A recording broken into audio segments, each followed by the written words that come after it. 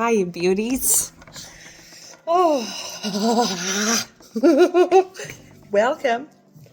I was just wearing a toque, so my hair is gonna be crazy up in here.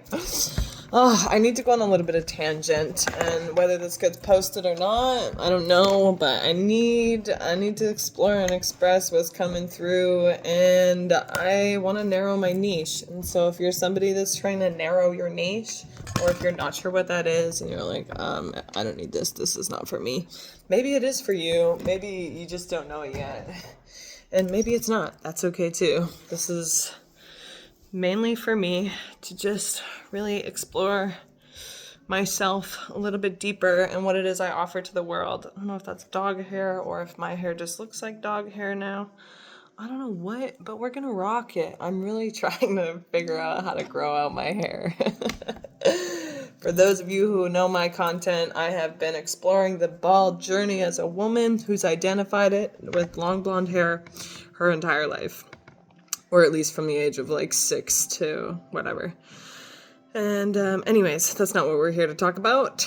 I have been exploring several different avenues of passion, service, jobs, career, offerings, sacred work, soul business, whatever you want to call it. Okay, there are so many avenues that I've been exploring, and it's really everything that I have explored has offered me something really beautiful in what I do love to do and what my passions are and what does feel good to offer to the world as service.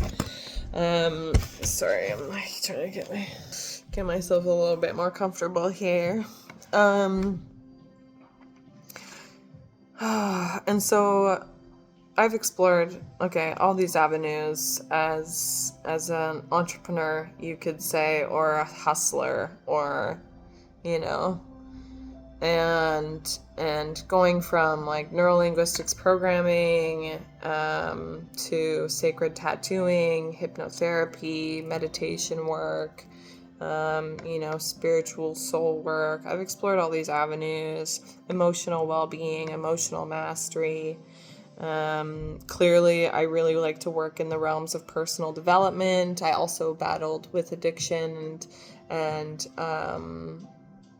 I learned a lot through that process. And so that's also an area of expertise, I would say, because I have artfully mastered it in my life. I feel like I have the ability to teach people how to artfully master it in theirs as well, which is why I feel like everything that I have practiced, researched, and studied, certified myself into, all holds significance as to what my niche actually is, which I feel I have identified with the power of intention, which also comes hand in hand to what my offerings are and how powerful they all can be, is because I have used the power of intention in all of them. I don't know what these little worry lines are over here, but they need to go. Oh, maybe I'm trying too hard, or like I forget that it's just me and me here.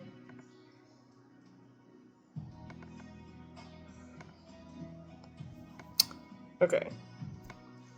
Let's bring myself back. This is my left eye. It doesn't go to the left.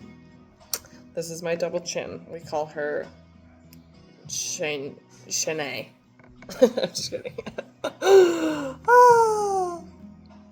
So my niche. I've been playing with my niche, just like I'm playing with my earrings. Okay, and this friggin' hair. Maybe I just need a hair massage. Be right back. Okay, it worked. It worked. Sometimes all you need to do is massage your head to get you back. That's all you need sometimes. Okay, so the reason I want to talk about this specifically with myself is because, one, I need this journal entry, and two, I feel like it could really help some people out there who are also struggling to identify their niche, or think that they should go in one direction and then realize that they actually want to go in another direction. And so that's why it maybe holds a lot of value here, because I thought that I wanted to be a tattoo artist, and to be a tattoo artist, I had to be like every other tattoo artist. And to do that, I had to follow in everybody else's footsteps. And I realized that I didn't actually want to be a tattoo artist. I want to be a ceremonial tattoo artist. And that means that I do ceremonial pieces, which probably are only an hour, max an hour long, because channeling for longer than an hour is absolute misery.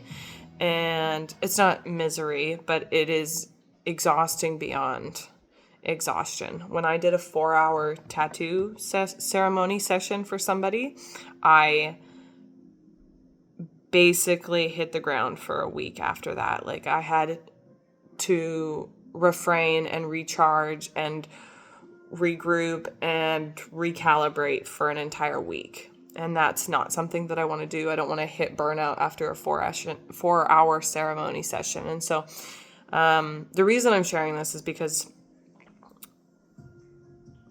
when we feel passion, when we feel the desire to go in a direction, when we feel, like I want to learn this, it might not be to learn that, to master it. I go into everything with the expectation that I'm supposed to master this craft. I started doing nails. Not because I wanted to master the craft, but because I wanted to do my own nails. I didn't want to drive an hour and a half to go get them done, which I do, or I did, because I live far out where, its resources are pretty sparse. You know what I mean? And I wanted them done for cheaper. I wanted it to take me less time. So I started doing them on my own. And then I was like, oh my God, I can make money on this. And people need it out here and people want it out here. And then I started doing it to master it. And then I very quickly realized, just like tattooing, that it's really hard on my body. And I actually don't enjoy sitting in a desk or at a desk for several hours a day. I don't. It's just not where I thrive, and I would rather be cleaning one of my local Airbnbs that I clean for, because I actually genuinely love cleaning. It feels good in my body. It feels good in my routine. And anyways, so the reason I bring this up is because when we're learning something, or when we like something, or we feel passionate about something, or, we pick up a new hobby, the reason we're picking it up is to enjoy it, not to master it, not to do what we think we should be doing with it. It's to simply enjoy it, right? That's the whole reason we pick it up in the first place. And if you're like me, who is like a certified junkie, a certificate junkie, which you think or which is the definition of wanting to get certified in everything, then you want to master it, right? You want to master everything you pick up. You want to be the best. And I realized that in trying to do that, I was taking away the actual lesson that was coming through the craft, that was coming through the hobby. And it was putting me in a box. It put me in a box of taking away my enjoyment and making it more of like a have to than a want to. And anyways, that is where I started to trip up in my hobbies and my passions, and thought that like, oh, this is what I'm supposed to be doing with my life, or this is what I will do to make money, or this is what I need to put energy in to be successful. All of these thoughts or these beliefs are what kept me stuck, because if there's anything I've realized through all of the passions and hobbies, and I'm somebody who's like switched jobs every 6 months. Since I graduated high school, I moved every 6 months. I was always in a new house. And 6 months later, I would get a new job. 6 months later, and I realized it's a dopamine thing.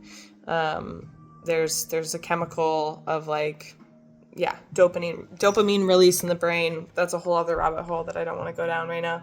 And I'm also not quite educated enough to go down, but I will put the link to that podcast. If you are curious and you are somebody similar to me who just keeps jumping around, searching for that high or searching for that pick me up or that gratitude or whatever it is that just like keeps you grateful, it's definitely a dopamine thing. And so if you get bored easily, that could definitely be a significant factor. But coming back to, I also am just somebody who likes variety. I'm, classical Gemini that likes to juggle 100 things at a time and have 100 things going, and that's how I thrive, right? Is putting focus in multiple areas, because that's what keeps me on my toes. That's what keeps my passion and my being engaged, you could say. And so, I've put so much energy into all these areas of life, and I've recognized that each one that I've put energy into wasn't, I wasn't supposed to master them all, but I was supposed to take little bits and pieces from each of them that are significant to what my niche actually is. And for those of you that don't already know, as I'm also, this is what this whole entire video is about, is exploring that I have done all these things. I've done all these services and offerings, and ceremonial tattooing and therapy nails is one of my most recent services, and soul sessions, which is reconnecting you back to like your soul's essence. Emotional mastery is a part of soul sessions. Self-mastery is also an aspect in soul sessions. Soul sessions is basically just a very general term, or a general identification of the service that connects you back to your soul, and there are 100 roads to that. And so soul sessions are the perfect name, but the way in which I've described them hasn't been so perfect. It's been very unclear. And so one of the things that I'm doing today and allowing myself to talk about this is really allowing myself to get a little bit more clear, if not like 100%, 120% clear. Let's be real. I want to be 120% clear about what it is I'm offering and who it is I'm offering to. And I don't want to be resistant when people ask me what is it I do, because that's such a crappy feeling, is to be like, I am a soul guru, question mark, I want to meet that question with confidence and be like, this is what I offer to my clients, this is what I do for people, and this is my target audience. And that has been something that has haunted the caverns of my mind as I've became a solopreneur, entrepreneur, offering these sessions. People are like, well, what is it that you do? And I'm like, well, just come and find out, because I can't quite explain it to you, but I can definitely show you if you would sit down with me. And so because of that, my inability to fully identify what it is that I do through words, I offer all new clients their first session free. And so if you ever did want to explore the works that I do and the gifts that my gifts and what I offer as services into the world, you always get a free session. But here I am also really clarifying with myself and whoever is watching what it is that I genuinely want to do for people, and a little bit of a background story of where it comes from. So here we go. We'll start somewhere simple. And my intention isn't to get, I'm gonna set the intention to stay the course of this conversation that I'm talking about, because rabbit holes tend to get me sometimes, and I trail. I like to trail like a little bunny looking for a nut, or what do bunnies eat? Carrot. So I battled with addiction starting at a really young age. I was about 13. And something that I recognize through suffering and I would say suffering has been a very significant factor in my life journey. I would say I've experienced more suffering than the average human. I probably have more trauma than the average human, or maybe we all have like a significant amount of trauma and it's normal across the board. I don't know. But I know that a lot of us have trauma, and I know that a lot of us are unaware of our trauma. And I know that I have a passion to help people heal who are suffering in some way, shape, or form, or have struggle, or have challenge that they don't know how to deal with. That is definitely a huge passion of mine. And it all comes from my life experience and kind of how I grew up. And I grew up in a family that lived paycheck to paycheck. I had 2 little brothers growing up, and later on a half sister. My parents split when I was quite young. And I would say one of my greatest memories as a child is feeling like I couldn't carry the suffering of my parents, and I couldn't carry the suffering of my brothers. And that made me feel really powerless. And so I feel this holds deep significance as to why I'm so passionate about what I am passionate about, and healing and personal development. And because I felt responsible for everybody else's suffering, yet I couldn't do anything about it, I didn't necessarily hold the same amount of responsibility for my own suffering, and I blamed the world for it. And in return, or in full circle, I ended up falling down the paths of addiction and self-destruction, perhaps because I witnessed one of my parents go down that path as well. So it was more likely for me to take on that pattern, you could say, because it was already in my already in proximity. And so these are just little niblets of my story that hold significance as to what I'm getting to and where this is all going to come full circle. So there was lots of suffering. There was all kinds of stuff. I had to turn the heat on, so I'm sorry about the background noise. Hopefully it's not too interruptive. I also don't have my mic on, so I hope that you can hear me okay out there. So lots of suffering, lots of trauma. I had a parent that was an addict. I kind of grew up in the hood equivalent.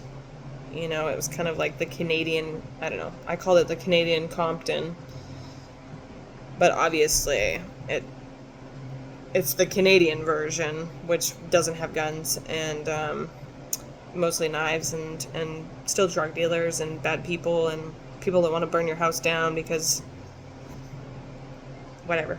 And so there was all of that. There was all of that fun stuff I grew up with. And then I, taking on that self-destructive path, I also caused more trauma into my life than necessary, but I also didn't know how to deal with my pain and my suffering, which echoed in my soul so loudly. And I would say I started dealing with suicide ideation at 13, along with multiple friends of mine. And so we've witnessed the suffering, we've experienced the trauma, blah, blah, blah.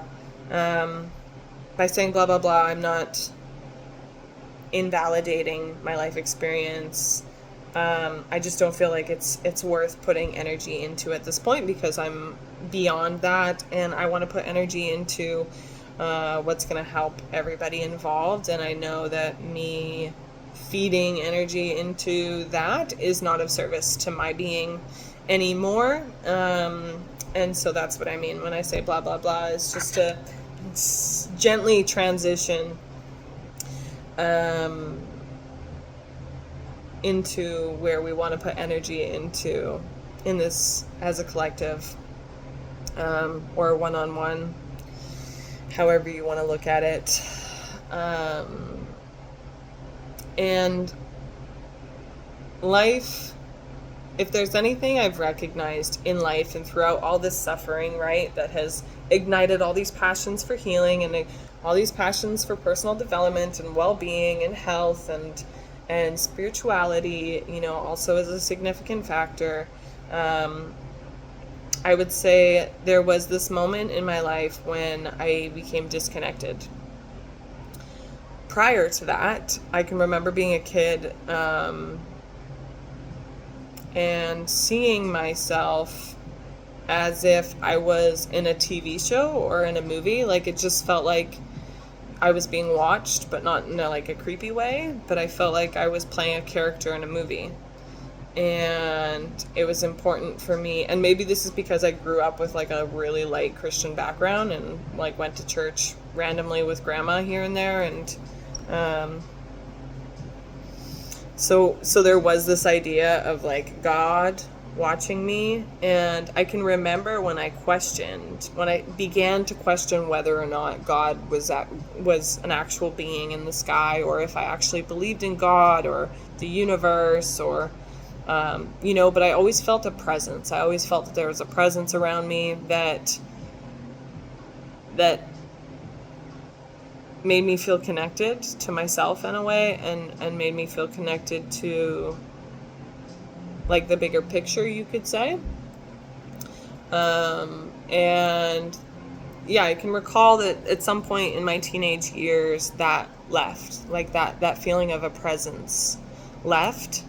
And if there's anything that I can recognize amongst, or as a theme amongst all of this experience in suffering and life struggle and navigating discomfort and pain in life, is that the most impactful, I want to say negatively impactful theme is not only life is suffering, right? Is that what Buddha says? Life is suffering. Not necessarily suffering. We are here to experience a certain degree of suffering and pain, right? Pain and pleasure are both halves to a whole. But the reoccurring theme beneath all of that, and that I believe to be true, is that when we're suffering and in pain, the greatest suffering in suffering is feeling alone in that suffering. And so when I'm thinking about narrowing my niche in all of these beautiful routes and branches of the tree that I have explored, you could say, is helping people come back to themselves, to a place where struggling and suffering and challenges aren't something that we have to avoid, but something that we can navigate with ease, simply because we are connected to ourselves and we're connected to a greater perception that allows us to see that through suffering and through pain, there is something significant about it. There is something of value to it. But in order to see that holds value, and that's even amongst some of the deepest pains that we are experiencing holds value, is to see that is to be connected to something greater inside ourselves and in the beyond. And so this is where these beautiful tree branches start to all come very connected in me identifying my niche, and thinking about my past and how I've grown up and the stories and experiences and how it all really comes hand in hand, is recognizing that that's truly what I feel like I'm put on earth to do, is to bring people back to themselves and find that place within where they are strong enough to endure any amount of suffering and any amount of pain that could possibly come their way. And that being said, it's not that I want pain and suffering to be, but I know that we can't necessarily escape it. I know, especially, like, I've tried so deeply. I hit a point in my life, just to tell you a little story really quickly, where I did plant medicine. I did 5-MeO-DMT, which is called, in other words, known as Bufo, which is the strongest psychedelic on the planet. And it rocked my world. I set an intention that I would never encourage anyone to set. I wouldn't have even encouraged myself to set as an intention had I known what I was getting myself into. And then following that, I had a head injury, had a surf accident, and was diagnosed with post-concussion syndrome, which is when your concussion symptoms don't go away, which is a really exhausting way to live life. And basically these experiences put me in a position where I just wanted to be comfortable because I was so uncomfortable in my own body. I also became incredibly disconnected from myself and disconnected from life, disconnected from any kind of source or God or spirit. And that really showed me that no matter how hard you try to make the world outside of you comfortable and a comfort zone that doesn't challenge you and keeps suffering out, and a peaceful bubble within, it's not possible. You can try as hard as you want to cut out the suffering in the world and put yourself in a little safety box, but life is still happening, and life is still going to be lifing. And lifing is pain and pleasure. Like, that is just all part of life. Like, there is no black without white, and there's no white without black. There is no light without dark, because without the darkness, what would you need light for, and so that lesson in itself really taught me that, we can't push the bad away. We can't push the uncomfortable away. We can't push suffering out. You can try. But if there's any way to actually push suffering out, and it's not a push, it's actually what I would call alignment, is aligning yourself to the place where suffering actually doesn't meet you. Because suffering stops coming when you stop attracting it to you. And this all sounds very simplistic, and I don't want to use too many of these words because, these words have been thrown around and oversaturated and overused, and so it's not necessary, I would say, for me to throw any of it around at this point. But I would say that it is significant to speak generally, and say that if there's anything I've found through all of this discovery process of, life mastery and self-mastery and emotional mastery and trying to get a comfortable life out of a life of suffering or turmoil or pain or whatever you want to call it. It starts with really looking at, or I should say it all started with really looking at where the dis-ease was within me. And once I sorted through that, I could see where I was creating challenge in my life that was unnecessary. And I could also see where my weaknesses had become my greatest threat. And that was trying to suppress the pain and the darkness and the suffering and the discomfort. was just trying to make it go away. And no matter how hard you push, you can't make it go away. Life is going to keep lifing, right? So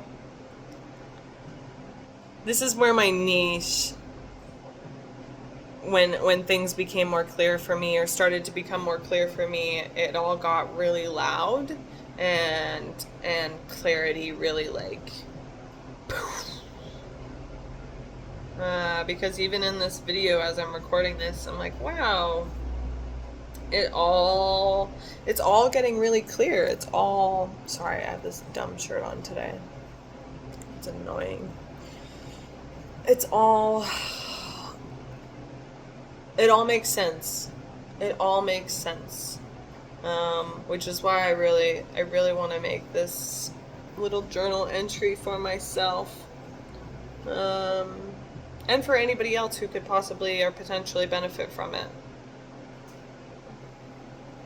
So it feels most appropriate to come full circle now. I think I've well-rounded a little bit of like past and present, and now for future. I feel it would put this all into great perspective. And so after living the life I have lived, and taking all the things that I'm passionate and feel really playfully called towards,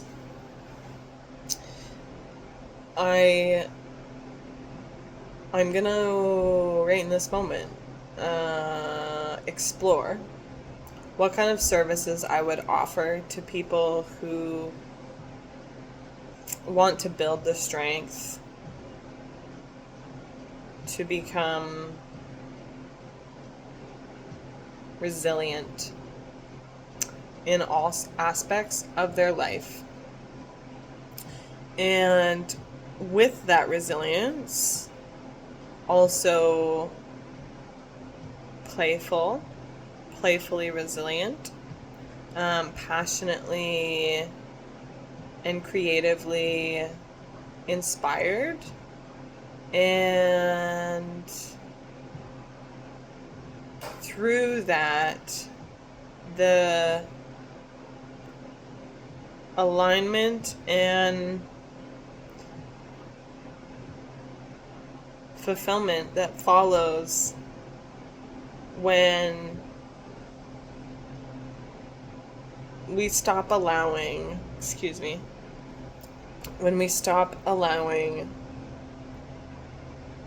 or in other words, and better said, when life no longer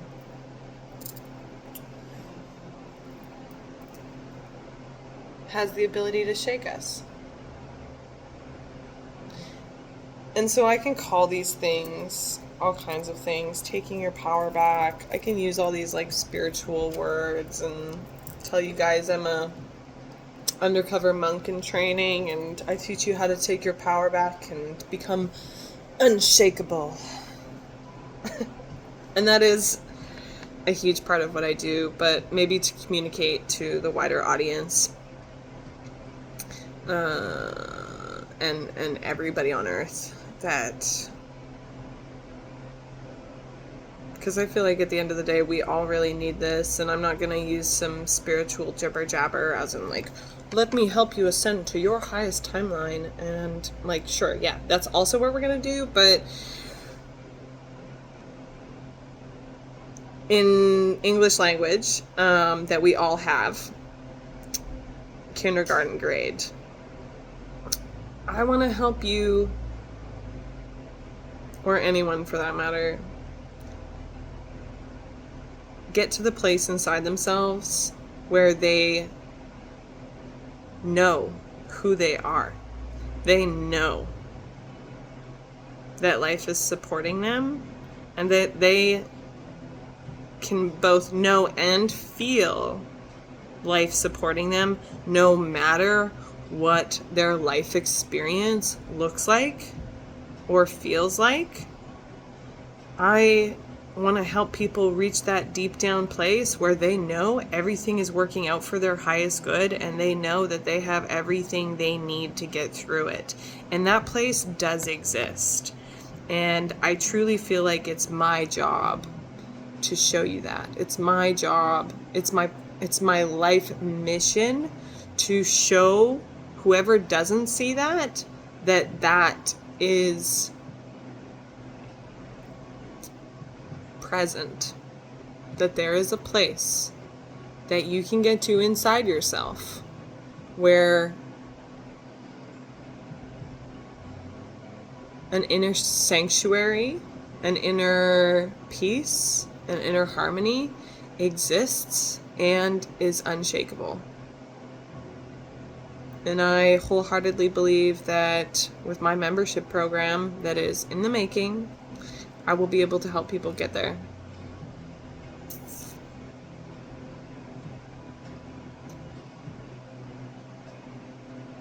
Thanks for watching this if you're here. This was truly for me, but I'm so grateful if it was able to help you in some way, shape, or form, or add value or some entertainment to your day. I am so grateful. Thanks, guys. Have a blessed rest of your day. I love you so much.